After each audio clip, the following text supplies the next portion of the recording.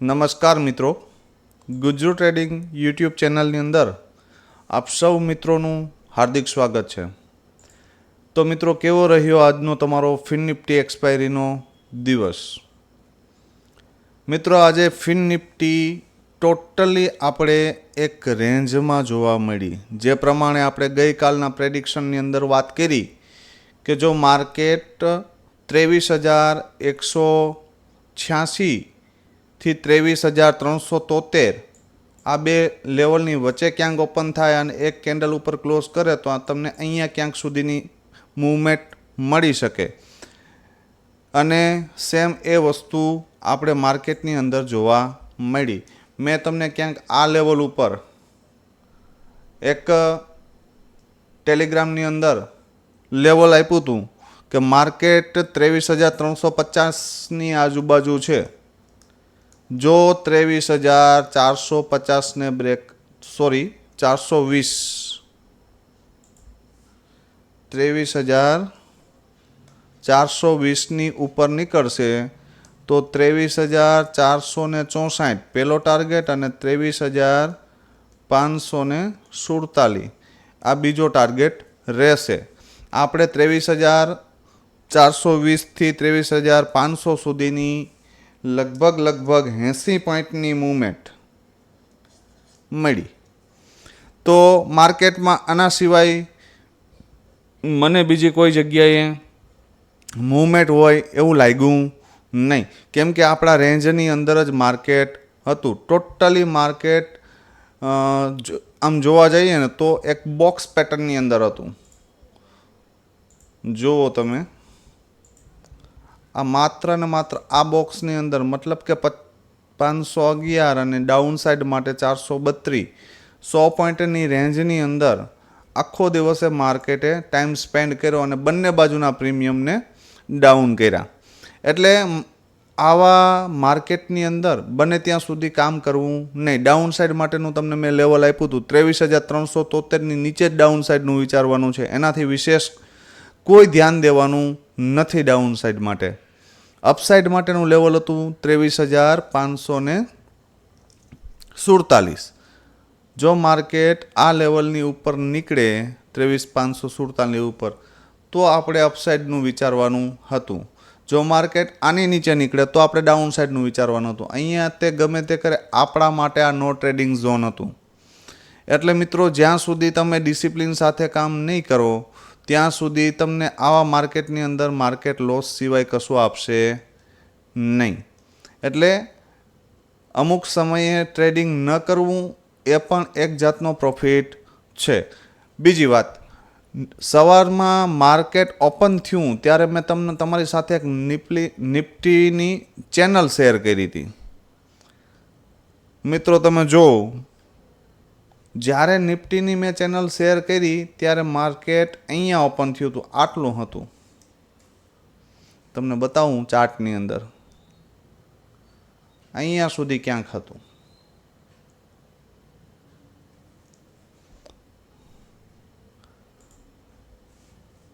આપણી ટેલિગ્રામ ચેનલની અંદર મેં તેનો સ્ક્રીનશોટ શેર કર્યો છે। અહીંયાથી કંઈક અહીંયા સુધીની ચેનલ આપણી પાસે હતી। મેં સવારે આ ચેનલ શેર કરી પછી નિફ્ટી આ એક જ ચેનલની અંદર મૂવ થઈ છે, આ ચેનલની બહાર નીકળી નથી। એટલે હું જ્યારે પણ કોઈ લેવલ શેર કરું કે કોઈ પેટર્ન શેર કરું તો એનો કંઈક માર્કેટની અંદર મિનિંગ હશે તો જ એ વસ્તુ શેર કરવી। બીજી વાત, હવે આવતીકાલે બેંક નિફ્ટી એક્સપાયરીની છે તો આપણે તેમાં ટ્રેડિંગ કેવી રીતે કરવું, અથવા તો આપણા માટે મહત્ત્વના કી લેવલ, મતલબ કે મેક ઓર બ્રેક લેવલ ક્યાં હોઈ શકે? તો સૌથી પહેલી વાત તો એ છે કે 15 મિનિટના ચાર્ટ ઉપર ચેક કરીએ ને આપણે, તો માર્કેટ એક ડાઉન ટ્રેન્ડની અંદર હતું અને હવે તે હોલ્ડ કર્યું છે। જો તમને બતાવું કે માર્કેટની અંદર આવું કંઈક થતું હતું। જો આ ઉપરથી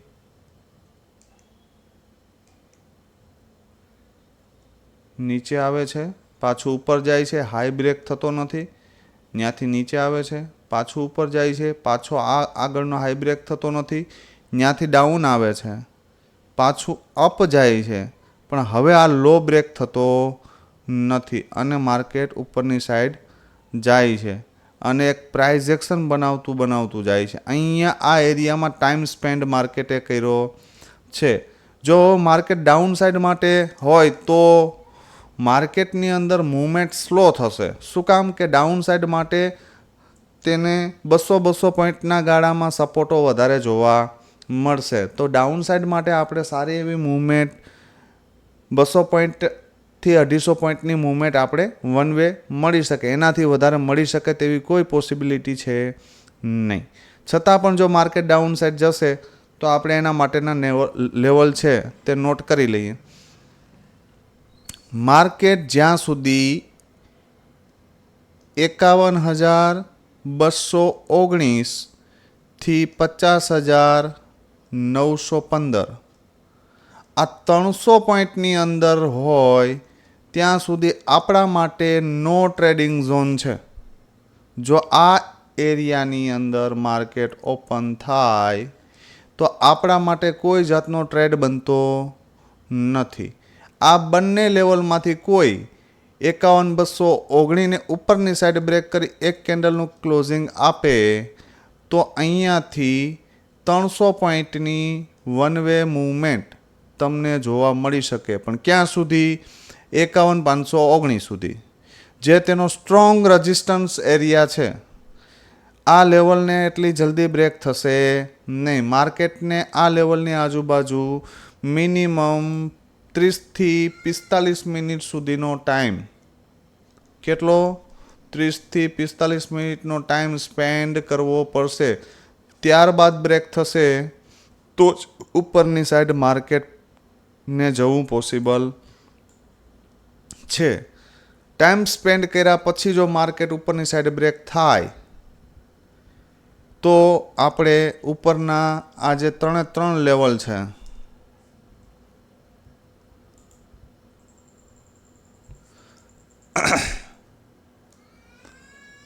$52,360, 52,068 અને 51,753, આ 3 લેવલ, આ લેવલને બ્રેક કર્યા પછી 51,519 ને બ્રેક કર્યા પછી અહીંયાથી 600 થી 700 પોઈન્ટની મૂવમેન્ટ મળી શકે.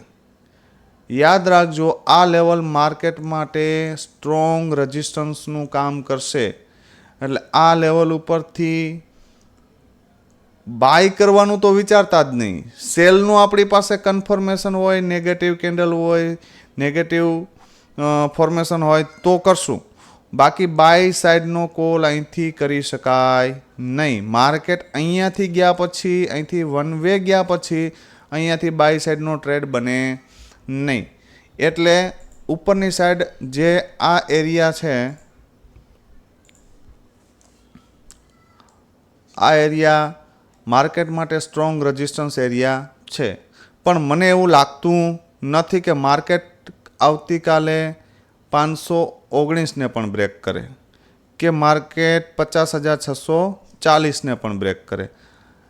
કેમ કે માર્કેટની અંદર હાલ જે મૂવમેન્ટ આવી છે તો માર્કેટ થોડું સ્ટેબલ થશે. જે પ્રમાણે આજનું માર્કેટ જોવા મળ્યું, આવી કંઈક રેન્જ હજી એકાદ દિવસ બનાવશે એવું લાગી રહ્યું છે, જે પ્રમાણે એના ઓપ્શન ચેનના ડેટા છે એ મુજબ. તો આપણે વધારે કંઈ મગજ મારવાની જરૂર નથી. જો માર્કેટ 519ની ઉપર બ્રેક થશે તો આપણે આ બધા લેવલની રાહ જોશું સ્ટેપ બાય સ્ટેપ. નહીતર એક સ્કેલ્પિંગ ટ્રેડ 219ની ઉપર મળી શકે, જે 500ના લેવલ સુધી જઈ શકે. ડાઉન સાઈડ માટે ડાઉન સાઈડના લેવલો આપણે ચેક કરીએ તો ડાઉન સાઈડ માટે જ્યાં સુધી માર્કેટની અંદર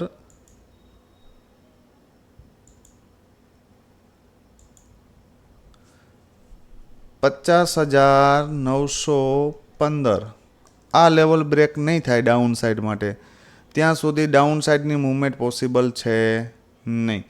આ લેવલને બ્રેક થયા પછી 50,640 અને એનાથી નીચે 50,500 ત્યાં સુધી પણ માર્કેટ આવી શકે.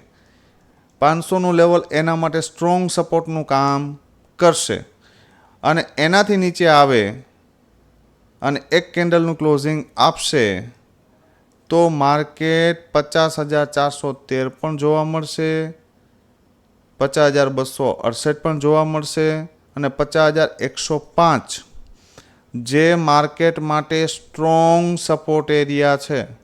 હા, ઉપરથી માર્કેટ આવે તો 50,919 સુધી આવી શકે, પણ માત્ર વીગ આવશે, ક્લોઝિંગ આ એરિયાની આજુબાજુ આવી શકે. અને જો અહીંયા માર્કેટ તમને મળે ગમે ત્યારે, બપોરે, સવારે, 2 વાગે, ગમે ત્યારે, જો ડાયરેક્ટ માર્કેટ તમને આ એરિયામાં મળે તો અહીંથી માર્કેટની અંદર બાઇંગ જ પોસિબલ છે. કયા એરિયામાં? 50,105 સ્ટ્રોંગ બાઇંગ એરિયા છે આ લેવલ. એટલે યાદ રાખવું કે જો આપણે એવી સિચ્યુએશન ઉપરથી બાય કે સેલ કરવાનું છે કે જ્યાંથી આપણો સ્ટોપ લોસ નાનો થાય અને આપણી કન્ફર્મેશન 100% હોય કે આ લેવલ બાઇંગ એરિયા છે અને આ લેવલ સ્ટ્રોંગ સેલિંગ એરિયા છે. પરંતુ જો માર્કેટ આ બંને રેન્જની અંદર રહે તો સાદું અને સરળ લોજિક તમને હું બતાવું કે માર્કેટની અંદર શું કરી શકાય. જો માર્કેટ તમને આ એરિયાની આજુબાજુ જ્યારે પણ મળે અને અહીંયા કોઈ નેગેટિવ કેન્ડલનું ફોર્મેશન થાય, એક કેન્ડલ એની નીચે ક્લોઝ આપે અને ફરી રિટેસ્ટ મારે તો આ તમારો એસએલ છે. ફર્સ્ટ ટાર્ગેટ આ છે, સેકન્ડ ટાર્ગેટ આ છે અને થર્ડ ટાર્ગેટ આ છે. સેમ કન્ડિશન 640ની આજુબાજુ મળે, અહીંયા સરસ મજાની એક હેમર કેન્ડલ બનાવે, ઉપર એનો હાઈ બ્રેક થાય, રિટેસ્ટ આવે આ લો, અહીંયાથી તમારો ટ્રેડ એક્ટિવ અને ફર્સ્ટ લેવલ, સેકન્ડ લેવલ અને થર્ડ લેવલ. આ સિચ્યુએશન માર્કેટની અંદર જોવા મળી શકે. કેમ કે 640થી 519 એટલે ટોટલી 900 પોઈન્ટની રેન્જ છે. જ્યાં સુધી માર્કેટ 900 પોઈન્ટની અંદર છે ત્યાં સુધી કોઈ સ્ટ્રોંગ અપ મૂવ કે સ્ટ્રોંગ ડાઉન મૂવ આવી શકે નહીં. કેમ કે ક્યાંક આ એરિયામાં ઓપન થાય તો અહીંયાથી પણ 300 પોઈન્ટ છે ને અહીંયાથી પણ 300-350 પોઈન્ટ છે. કેમ કે 50 પોઈન્ટને બફરિંગમાં તમે કન્ફર્મેશન માટે લઈ લો તો પાછળ 200થી 250 પોઈન્ટ તમારી પાછળ વધે છે કે જેમાંથી તમે 100 પોઈન્ટ પણ લેશો તો પણ સારી એવી મૂવમેન્ટ માર્કેટની અંદર કેપ્ચર કરી શકશો. પણ એક કન્ફર્મ લેવલ બ્રેક થયા બાદ જ આ મૂવમેન્ટ લેવાનો પ્રયત્ન કરવાનો. તો મિત્રો લેવલ ઉપર કામ કરજો, ઓવર ટ્રેડિંગ કરવું નહીં. જ્યાં સુધી લેવલ બ્રેક ન થાય ત્યાં સુધી માર્કેટની અંદર હાલ સ્ટેબલ રહેવું જરૂરી છે. કેપિટલ ઇન્ક્રીઝ ન થાય તો કાંઈ વાંધો નહીં, પણ ડિક્રીઝ તો થવું જોઈએ નહીં. ઓપ્શન ચેનના ડેટા ઉપર એક નજર નાખી લઈએ આપણે તો થોડુંક વિસ્તારથી ખ્યાલ પડશે આપણે કે ઓપ્શન ચેન શું કહેવા માગે છે. હાલની પોઝિશનમાં માર્કેટનો વ્યૂ ઓપ્શન ચેન ઉપરથી આપણે લેવાનો 51,000નું જે રાઉન્ડ લેવલ છે અત્યારે તે કોલ રાઇટર અને પુટ રાઇટર બંને 20-20 લાખ છે. જો સેમ કન્ડિશનમાં છે, મતલબ કે 51,000નું લેવલ માર્કેટ માટે મેક ઓર બ્રેક લેવલ છે. 51,000ની ઉપર માર્કેટ ઓપન થયું અને એક પોઝિટિવ કેન્ડલ આવી એટલે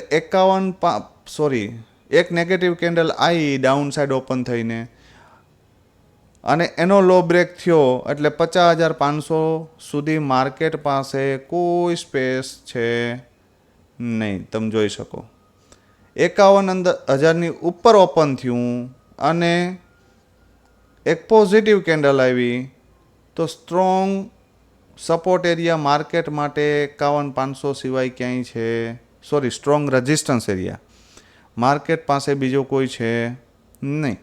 એટલે માર્કેટ આવતીકાલે ક્યાં ઓપન થાય છે આ ખાસ મહત્ત્વનું રહેશે. 51,000ની ઉપર કે નીચે.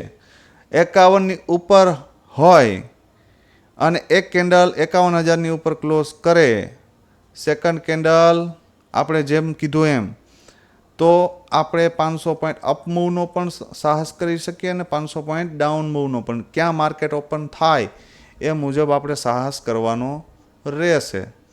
એટલે મોસ્ટ ઓફ માર્કેટ આ 500 પોઈન્ટની રેન્જની અંદર છે અને જ્યાં સુધી માર્કેટ રેન્જમાં હોય ત્યાં સુધી તમે જોઈ શકો કે માર્કેટની અંદર કોઈ સ્ટ્રોંગ અપ મૂવ કે ડાઉન મૂવ આવે નહીં. એટલે જો મિત્રો તમને અમારા આ વિડીયોથી કોઈ સારું એવું નોલેજ પ્રાપ્ત થતું હોય તો વિડીયોને શેર કરજો, લાઈક કરજો અને કોમેન્ટ કરજો. તમારા કોઈ પણ પ્રશ્ન હોય તો વિડીયોની નીચે કોમેન્ટ કરજો, અમે એમાં રિપ્લાય આપવાનો પૂરેપૂરો પ્રયત્ન કરશું. જો તમારું કોઈ સજેશન હોય તો પણ કોમેન્ટમાં જણાવજો અને ચેનલને સબસ્ક્રાઈબ ન કરી હોય તો સબસ્ક્રાઈબ પણ કરી લેજો. ટૂંક સમયની અંદર આપણી એક નવી ચેનલ આપણે લોન્ચ કરીએ છીએ, તેની અંદર મિનિમમ 5 થી 6 દિવસની અંદર 2 થી 3 વિડીયો નવા નોલેજ પર્પઝથી અપલોડ કરવાનું છું. તો એ ચેનલની લિંક પણ આપણે ટેલિગ્રામમાં મૂકશું અને વિડીયોના બાયોમાં પણ રાખી દેશું. તો એને પણ સબસ્ક્રાઈબ કરજો અને એમાંથી તમને એજ્યુકેશન પર્પઝથી સારું એવું નોલેજ મળે તેવા વિડીયો બનાવવાના પ્રયત્ન કરશું. ફરી મળીશું આવતીકાલે નવા વિડીયોમાં. ધન્યવાદ.